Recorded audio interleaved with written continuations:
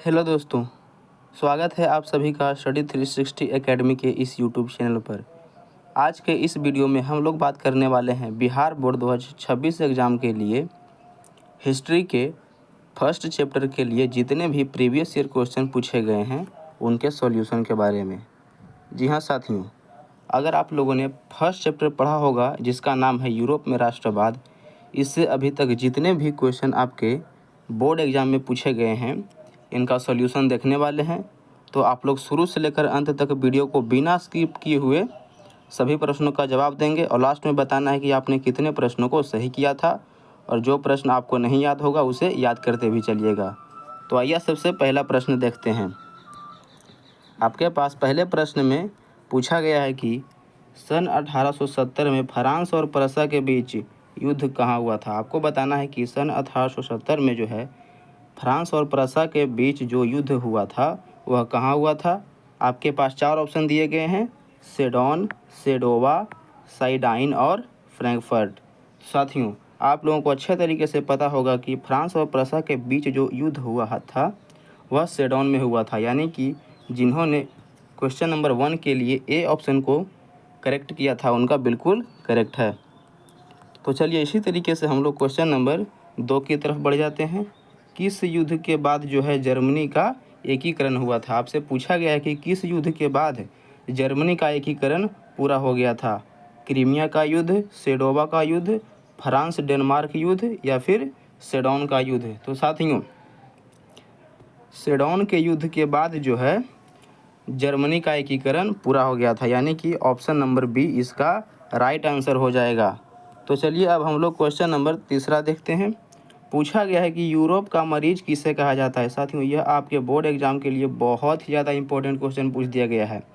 पूछा गया है कि यूरोप का मरीज जो हम लोग किसे कहते हैं। साथियों, तो आप लोग को अच्छी तरीके से पता होगा कि तुर्की को जो है यूरोप का मरीज कहा जाता है, यानी कि ए ऑप्शन नंबर इसके लिए बिल्कुल राइट होगा। और आपको बता दें कि ये तो एक एग्ज़ाम जो है बहुत ज़्यादा पूछता है इस क्वेश्चन को, तो आप लोग इस क्वेश्चन को कभी नहीं भूलाइएगा, अच्छे से याद कर लेना है। अब आप लोग चौथे क्वेश्चन नंबर की ओर देखिए। साथियों, यंग यूरोप का स्थापना किसके द्वारा किया गया था। आपको बताना है कि यंग यूरोप जो होता है वह किसने स्थापना किया था। ऑप्शन में आपके पास दिया गया है मेजनी, गैरीवाल्डी, विक्टर इमैनुअल और मुसोलिनी। तो आपको बता दें कि मेजनी द्वारा यंग यूरोप का स्थापना किया गया था। तो आप लोग ऑप्शन नंबर ए को टिक कर लीजिएगा। चलिए अब हम लोग क्वेश्चन नंबर 5 देखते हैं। पूछा गया है कि टीपू सुल्तान कहाँ के शासक थे। साथियों, आप लोगों ने हिस्ट्री में अच्छे तरीके से इसके बारे में जाना होगा। आपके पास 4 ऑप्शन दिए गए हैं, मैसूर, शिमला, कश्मीर और इनमें से कोई नहीं। इसी तरीके से जो साथियों आपके फाइनल बोर्ड एग्जाम में भी 4 ऑप्शन दिए जाएंगे और आपसे कोई भी क्वेश्चन पूछ दिया जाएगा। तो टीपू सुल्तान कहाँ के शासक थे, तो यह जो थे आपके मैसूर के शासक थे, यानी कि ए होगा इसका राइट आंसर। क्वेश्चन नंबर 6 का आप लोग उत्तर बताइएगा। गैरीवाल्डी पेशे से क्या थे। आप लोगों को बताना है कि गैरीवाल्डी जो थे वह पेशे से क्या थे। साथियों, सिपाही थे, किसान थे, जमींदार थे या फिर नाविक थे। तो आप लोगों को अच्छी तरीके से पता होगा कि गैरीवाल्डी जो है पेशे से एक नाविक व्यक्ति था, जो कि बहुत ही ज़्यादा बार पूछा गया है। चलिए अब हम लोग क्वेश्चन नंबर 7 की तरफ बढ़ते हैं। फ्रैंकफर्ट की जो संधि हुई थी उस पर हस्ताक्षर जो हुआ था किस वर्ष में किया गया था। फ्रैंकफर्ट की जो संधि हुई थी साथियों, आपको बताना है कि इस पर हस्ताक्षर किस वर्ष किया गया था। 1863 में, 64 में, 1871 में या फिर 1872 में। तो 1871 में जो है फ्रैंकफर्ट की संधि पर हस्ताक्षर किया गया था। और आपको कमेंट बॉक्स में बताना है साथियों कि फ्रैंकफर्ट की जो संधि हुई थी किसके किसके बीच हुई थी। यह जो क्वेश्चन का जवाब है आपको कमेंट बॉक्स में ज़रूर बताना है। चलिए अब आप लोग क्वेश्चन नंबर 8 का जवाब देंगे। 1871 में कौन सी संधि हुई थी। साथियों, पिछला ही प्रश्न है, आपको बताना है कि 1871 में कौन सी संधि हुई थी। आप लोगों ने पिछला प्रश्न में देखा था कि 1871 में जो है फ्रैंकफर्ट की संधि हुई थी। तो इसे आप लोग अच्छी तरीके से ध्यान में रखेंगे, यानी कि ये क्वेश्चन है जो 2-3 बार एक एग्ज़ाम में पूछा गया है, तो इस बार भी पूछे जाने की संभावना है। चलिए क्वेश्चन नंबर 9 का आप लोग जवाब देंगे। 1830 की क्रांति के बाद फ्रांस में किस प्रकार का शासन व्यवस्था जो है स्थापित किया था। संघीय शासन व्यवस्था, संवैधानिक राजतंत्र, गणराज्य या फिर अधिनायकवाद। तो 9 के लिए जो ऑप्शन नंबर सी यानी कि गणराज्य व्यवस्था जो स्थापित की गई थी, यानी कि ऑप्शन नंबर सी इसका जो करेक्ट आंसर हो जाएगा। तो चलिए साथियों, अब आप लोग क्वेश्चन नंबर 10 बताइएगा। जर्मनी के एकीकरण के लिए उत्तरदायी कौन थे? आपको बताना है कि जर्मनी के लिए जो एकीकरण हुआ था उसमें महत्वपूर्ण योगदान किसका रहा था? काउंट काबूर का, बिस्मार्क का, गैरिबाल्डी का या फिर मेजनी का? तो साथियों, बिस्मार्क जो थे जर्मनी के एकीकरण के लिए उत्तरदायी व्यक्ति थे, यानी कि ऑप्शन नंबर बी इसका करेक्ट हो जाएगा। अब आप लोग अच्छे तरीके से 11 क्वेश्चन नंबर का जवाब बताएंगे। इटली के एकीकरण में निम्न में से किसका संबंध नहीं है? यानी कि इटली के एकीकरण में निम्न में से कौन से व्यक्ति ने अपना योगदान नहीं दिया था? बिस्मार्क ने, मेजनी ने, काबूर ने या फिर गैरिबाल्डी ने? तो आपको बता दें कि बिस्मार्क जो है इटली के एकीकरण में संबंध नहीं रखते हैं। बाकी मेजनी, काबूर और गैरिबाल्डी ये सभी ने इटली के एकीकरण में लिए अपना महत्वपूर्ण योगदान दिया था। तो इसमें पूछा गया कि किसका संबंध नहीं था, तो ऑप्शन नंबर ए आपका जवाब हो जाएगा। चलिए, अब आप लोग क्वेश्चन नंबर 12 का उत्तर बताइएगा। इटली और जर्मनी के एकीकरण के विरुद्ध निम्न में से कौन था? आपको बताना है कि इटली और जर्मनी के एकीकरण के खिलाफ निम्न में से कौन सा देश खड़ा हुआ था साथियों? तो इसका आंसर जो हो जाएगा ऑस्ट्रिया। ऑप्शन नंबर सी बिल्कुल करेक्ट हो जाएगा। आप लोग सभी प्रश्नों का जवाब देते चलिएगा, और अगर आप लोग पहली बार चैनल पर आए हैं तो चैनल को सब्सक्राइब भी कर लीजिएगा। यहाँ पर आप लोगों को सभी चैप्टर के सभी सब्जेक्ट का वीडियो मिलेगा और अच्छे तरीके से पूरे ऑब्जेक्टिव क्वेश्चन को हम लोग देखेंगे, और काफ़ी शानदार ट्रिक भी आपको इस चैनल पर मिलने वाला है। तो अब आप लोग क्वेश्चन नंबर 13 का जवाब बताइए। जर्मनी के एकीकरण का प्रमुख वास्तुकार किसे कहा जाता है? जर्मनी के एकीकरण का प्रमुख वास्तुकार जो है हम लोग बिस्मार्क को कहते हैं, यानी कि ऑप्शन नंबर डी जिन्होंने जवाब दिया था उनका करेक्ट आंसर हो जाएगा। चलिए, अब हम लोग क्वेश्चन नंबर 14 की तरफ बढ़ते हैं। फ्रैंकफर्ट की संधि किस वर्ष हुई थी? साथियों, ये आप लोगों ने देखा होगा कि 3 बार ये क्वेश्चन रिपीट किया गया है, यानी कि आपको इस क्वेश्चन को तो पूरे अच्छे तरीके से याद ही कर लेना है कि 1871 ईस्वी में जो है फ्रैंकफर्ट की संधि पर हस्ताक्षर हुआ था। यह आपके लिए बहुत ही ज़्यादा इम्पोर्टेंट क्वेश्चन बन जाता है। चलिए, अब आप लोग बताइएगा जोल्वेरिन जो है किससे संबंधित था? जोल्वेरिन जो है साथियों वह किससे संबंधित है? क्रांतिकारियों से, व्यापारियों से, विद्वानों से या फिर पादरियों से? तो साथियों, यह जो है व्यापारियों से आपका संबंधित था, यानी कि ऑप्शन नंबर बी इसका जो है करेक्ट आंसर हो जाएगा। तो चलिए साथियों, आप लोग जल्दी से क्वेश्चन नंबर 16 का जवाब बताइएगा। बिहार बोर्ड में इसी तरीके के प्रश्न अक्सर पूछे जाते हैं कि जेनेवा संधि कब हुई थी? आपको बताना है कि दिए गए वर्ष में से कौन सा वर्ष सही है? 1954 में, 1952 में, 1950 में या फिर 1985 में? तो आपको बता दें कि इसके लिए जो करेक्ट आंसर होगा 1954 में, जिसमें जेनेवा संधि हुई थी। चलिए, अब हम लोग क्वेश्चन नंबर 17 की तरफ जल्दी से बढ़ जाते हैं। काउंट काबूर को विक्टर इमैनुअल ने किस पद पर नियुक्त किया था? काउंट काबूर जो व्यक्ति था साथियों, वो उसको विक्टर इमैनुअल के द्वारा किस पद पर नियुक्त किया गया था? सेनापति के, फ्रांस में राजदूत के या फिर प्रधानमंत्री के पद पर या फिर गृह मंत्री के पद पर? तो साथियों, प्रधानमंत्री के पद पर इसे नियुक्ति मिली थी, यानी कि ऑप्शन नंबर सी जो है बिल्कुल राइट आंसर हो जाएगा। चलिए, अब आप लोग क्वेश्चन नंबर 18 बताएंगे। वियना सम्मेलन कब हुआ था? वियना सम्मेलन के बारे में साथियों आप लोग जानते होंगे, तो इसका बहुत ही अच्छे से जवाब आपको पता होगा। 1815 ईस्वी में जो है वियना सम्मेलन हुआ था। तो अब हम लोग क्वेश्चन नंबर 19 देखेंगे। निम्न में से किसके योगदान से इटली का एकीकरण पूर्ण हुआ था? निम्न में से किसके योगदान से जो है इटली का एकीकरण साथियों पूरा हुआ था? मेजनी के, काउंट काबूर के, विक्टर इमैनुअल के या फिर सभी के? तो आपको बता दें कि इनमें से जो है मेजनी ने भी अपना योगदान दिया था, काउंट काबूर ने भी और विक्टर इमैनुअल ने भी, यानी कि यह जो तीनों ऑप्शन होंगे बिल्कुल करेक्ट हो जाएगा। इस प्रकार से इनमें से सभी आप लोग इसे टिक लगा लीजिएगा। अगला प्रश्न आपके सामने है साथियों, प्रश्न संख्या 20 आप लोग बताएंगे। रक्त एवं लौह की जो नीति थी वह किसने अवलंबन किया था? आपको बताना है कि रक्त एवं लौह नीति का अवलंबन किसने किया था? रक्त एवं लौह नीति को साथियों आप लोग अच्छे तरीके से याद कर लीजिएगा। यह बिस्मार्क के द्वारा, यानी कि ऑप्शन नंबर सी इसका करेक्ट आंसर है। अब आप लोग क्वेश्चन नंबर 21 बताएंगे। जर्मनी राइन राज्य का निर्माण किसके द्वारा किया गया था? जर्मनी राइन राज्य का निर्माण जो है साथियों आपके नेपोलियन बोनापार्ट ने किया था, यानी कि ऑप्शन नंबर बी इसका सही उत्तर होगा। अब हम क्वेश्चन नंबर 22 की तरफ चलते हैं। निम्न में से किस सम्मेलन में जर्मनी की क्षतिपूर्ति राशि को कम कर दिया गया था? कौन सा सम्मेलन हुआ था जिसमें जर्मनी की क्षतिपूर्ति राशि को साथियों जो है कम कर दिया गया था? तो इसका जो है ऑप्शन नंबर डी जो है बिल्कुल करेक्ट आंसर हो जाएगा, लौसेने सम्मेलन। इसी में जो है जर्मनी की क्षतिपूर्ति राशि को कम कर दिया गया था, यानी कि आप लोग डी को जो है अच्छे तरीके से याद कर लीजिएगा। क्वेश्चन नंबर 23 आपके सामने है। हीगेल किस देश का दार्शनिक था? हीगेल जो है साथियों वह किस देश का दार्शनिक था?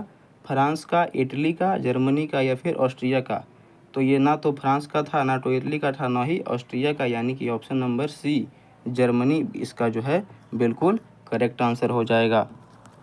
अब आप लोगों को बताना है कि वियना कांग्रेस का मुख्य उद्देश्य क्या था। अगर आप लोगों ने हिस्ट्री के फर्स्ट चैप्टर को, यानी कि यूरोप में राष्ट्रवाद को अगर अच्छी तरीके से पढ़ा होगा तो आपको पता होगा कि वियना कांग्रेस का जो मुख्य उद्देश्य था राजतंत्रों को पुनर्स्थापित करना था, यानी कि ऑप्शन नंबर सी जो है इसके लिए राइट आंसर होगी। अब आप लोग क्वेश्चन नंबर 25 बताएंगे। फ्रांसीसी क्रांति कब हुई थी? यह मोस्ट इम्पोर्टेंट क्वेश्चन है साथियों, आप लोग इसे VVI मार्क कर सकते हैं। बता दें कि फ्रांसीसी क्रांति कब हुई थी? 1789 में, 1804 में, 1871 में या फिर 1817 में? तो आप लोग जल्दी से इस क्वेश्चन का उत्तर कमेंट बॉक्स में बताइएगा साथियों। तो आपको बता दें कि 1789 ईस्वी में जो है फ्रांसीसी क्रांति हुई थी। इसे आप लोग अच्छे तरीके से ध्यान में रखेंगे, कई बार सब्जेक्टिव क्वेश्चन के तौर पर भी इन सभी प्रश्नों को पूछ लिया जाता है। अब क्वेश्चन नंबर 26 हम लोग बात करेंगे। मेजनी का संबंध किस संगठन से था? मेजनी जो है किस संगठन से संबंध रखते थे साथियों? लाल सेना, कार्बोनेरी, डायट या फिर जालबेरिन?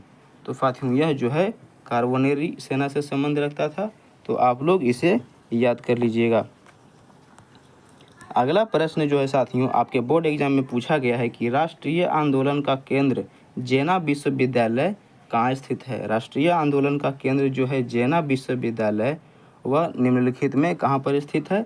इटली में, जर्मनी, रूस में या फिर ग्रेट ब्रिटेन? तो साथियों यह जो है जर्मनी में स्थित है, यानी कि आप लोग ऑप्शन नंबर बी को टिक कर लीजिएगा।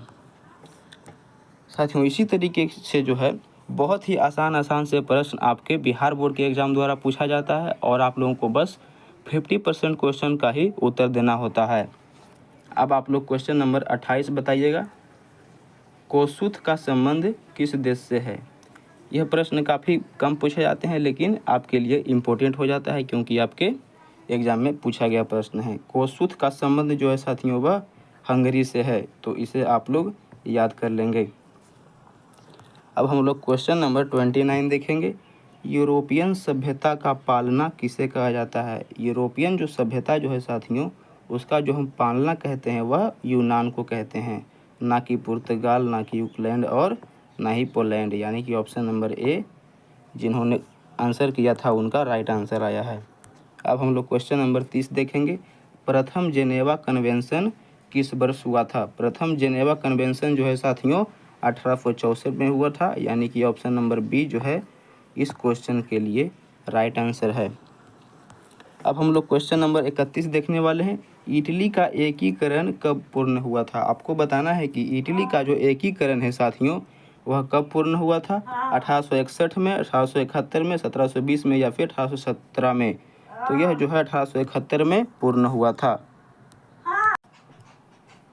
क्वेश्चन नंबर 32 आपसे पूछा गया है कि लुई फिलिप किस देश का शासक था? लुई फिलिप के बारे में आप लोग जानते होंगे साथियों, यह एक बहुत ही क्रूर प्रवृत्ति का व्यक्ति था और यह जो था आपका फ्रांस का शासक था। चलिए अब हम लोग क्वेश्चन नंबर 33 की ओर बढ़ते हैं। निम्न में से कौन मित्र राष्ट्रों के गुट में शामिल नहीं था? आपको बताना है कि कौन जो है मित्र राष्ट्रों के गुट में शामिल नहीं था। तो साथियों इसके लिए जो ऑप्शन नंबर बी यानी कि जर्मनी जो था इसमें शामिल नहीं था, इसका करेक्ट आंसर है। तो अब हम लोग बहुत ही अच्छे तरीके से क्वेश्चन नंबर 34 देखने वाले हैं।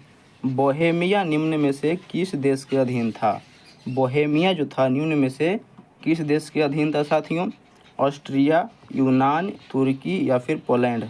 तो हम लोगों ने अच्छे से इसे डिस्कस किया था। या तो न ही यूनान का था, न ही पोलैंड और न ही तुर्की, यानी कि ऑप्शन नंबर ए जो होगा ऑस्ट्रिया बिल्कुल करेक्ट आंसर हो जाएगा। तो इसी तरीके से आप लोग फटाफट सभी प्रश्नों का उत्तर दीजिए और आप लोग सच में क्वेश्चन बैंक का अगर आप लोग पूरा रिवीजन कर लेते हैं तो आप बोर्ड एग्जाम में बहुत ही अच्छा रिजल्ट प्राप्त करेंगे साथियों। 1871 में विलियम प्रथम कहाँ का सम्राट बना दिया गया था? आपको बताना है कि 1871 में विलियम प्रथम जो था कहाँ का सम्राट बना था? इटली का, इंग्लैंड का, जर्मनी का या फिर पोलैंड का? जी हाँ साथियों, आपको बता दें कि यह जो है जर्मनी का शासक बना था, यानी कि ऑप्शन नंबर सी जो है इसका करेक्ट आंसर होगा। तो जल्दी से आप लोग इसे याद कर लीजिएगा। अब हम क्वेश्चन नंबर 36 की ओर बढ़ते हैं। लुई 16वें को फांसी कब दी गई थी? लुई 16वें को साथियों फांसी कब दे दी गई थी? तो इसे 1793 ईस्वी में जो है फांसी की सज़ा दे दी गई थी। तो अब आप लोग क्वेश्चन नंबर 37 बताएंगे। पोट्सडम की घोषणा के बाद किसने आत्मसमर्पण कर दिया था? पोट्सडम जो है इसकी घोषणा के बाद किसने आत्मसमर्पण कर दिया था? तो जापान ने, यानी कि ऑप्शन नंबर बी इसका राइट आंसर होगा। तो आप लोग सभी क्वेश्चन को अच्छे तरीके से याद करते चलेंगे और आप लोग कमेंट बॉक्स में इसका जवाब भी देते रहिएगा। आपको बताना है कि सार्डिनिया का राजा कौन था? ये दिए गए 4 ऑप्शन में सार्डिनिया का राजा कौन था साथियों? विक्टर एमेनुअल, नेपोलियन, चार्ल्स 10 या फिर इनमें से कोई नहीं? तो साथियों विक्टर एमेनुअल इसका करेक्ट आंसर हो जाएगा। यही था जो सार्डिनिया का राजा था। अब आप लोग क्वेश्चन नंबर 39 का उत्तर बताएंगे। इटली के एकीकरण का प्रमुख नायक किसे कहा जाता है? इटली के एकीकरण का प्रमुख नायक जो है साथियों किसे कहा जाता है? मेजनी को, काबूर को या फिर गैरिबाल्डी को? तो ये जो इनमें से सभी जो हो जाएगा साथियों इसका करेक्ट आंसर हो जाएगा, यानी कि ऑप्शन नंबर डी इसे टिक कर लेंगे। इसी तरीके से क्वेश्चन अगर आपके एग्जाम में पूछा जाएगा तो आप लोग बहुत अच्छे तरीके से इसका जवाब दे सकते हैं। अब आप लोग बताएंगे कि निम्नलिखित में से कौन जर्मन चांसलर था? जर्मन चांसलर निम्नलिखित में से कौन था? तो यह जो था बिस्मार्क था, यानी कि ऑप्शन नंबर सी। अब क्वेश्चन नंबर 41 हम लोग देखने वाले हैं। नेपल्स की क्रांति कब हुई थी? आपको बताना है कि नेपल्स की क्रांति कब हुई थी साथियों? 1789 में, 1821 में, 1839 में या फिर 1917 में? तो आपको बता दें कि 1821 में जो है नेपल्स की क्रांति हुई थी, यानी कि ऑप्शन नंबर बी। जिन भी साथियों का उत्तर आ रहा है उनका एग्ज़ाम का प्रिपरेशन बहुत ही शानदार चल रहा है और आप लोग इसी तरीके से लगे रहिए, आप लोग बहुत ही अच्छा स्कोर अपने एग्ज़ाम में कर पाएंगे। अब आप लोग क्वेश्चन नंबर 42 बताएंगे।